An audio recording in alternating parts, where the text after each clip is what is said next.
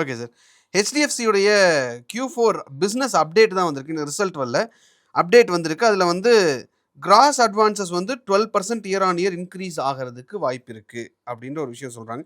ரொம்ப கம்மி இல்லை, அவங்க எப்போதும் 20% பெஞ்ச் மார்க். ம். ஹெச்டிஎஃப்சியை பொறுத்த வரைக்கும் ப்ராப்ளம் என்னென்னா, அவங்களோட டெபாசிட் வந்து ஃபாஸ்ட்டாக க்ரோ ஆனோம். அது 12% இன்க்ரீஸ் ஆயிருக்கு. அது போகாது. ம். ரெண்டாவது, அவங்களோட மேனேஜ்மெண்ட் வந்து நெகட்டிவ் கமெண்ட்ரி ரொம்ப வருது. ம். Issue after issue. ஒரு கார் பிஸ்னஸ் பண்ணிட்டு இருந்தவன் வேறு ஏதோ அவன் டாக்டர் பேரில் வேறு டீலர்ஷிப் ஒன்று எடுத்தான்னு ஒரு நியூஸ் ம். ஒரு 4-5 வருஷத்துக்கு முன்னாடி. அதுக்கப்புறம் டிஜிட்டல் நீங்கள் கார்டு ஆட் பண்ணக்கூடாதுன்னு ஒரு நியூஸ். ம்.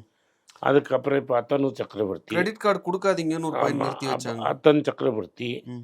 இதுக்கு நடுவில் இந்த மிஸ் செல்லிங் ஆஃப் 81 பாண்ட்ஸ். ம். ஸோ திரும்பி திரும்பி அதை பற்றி நிறைய நெகட்டிவ் நியூஸ் வருது. ம். ஸோ சசிதர் மேலேயே யாரோ கேஸ் போட்டாங்க. ம். இதெல்லாம் அவங்க க்ளீனப் பண்ணி அவங்க இமேஜை மாற்றலைன்னா திரும்பி 4 times வேல்யூவேஷன் கிடைக்காது.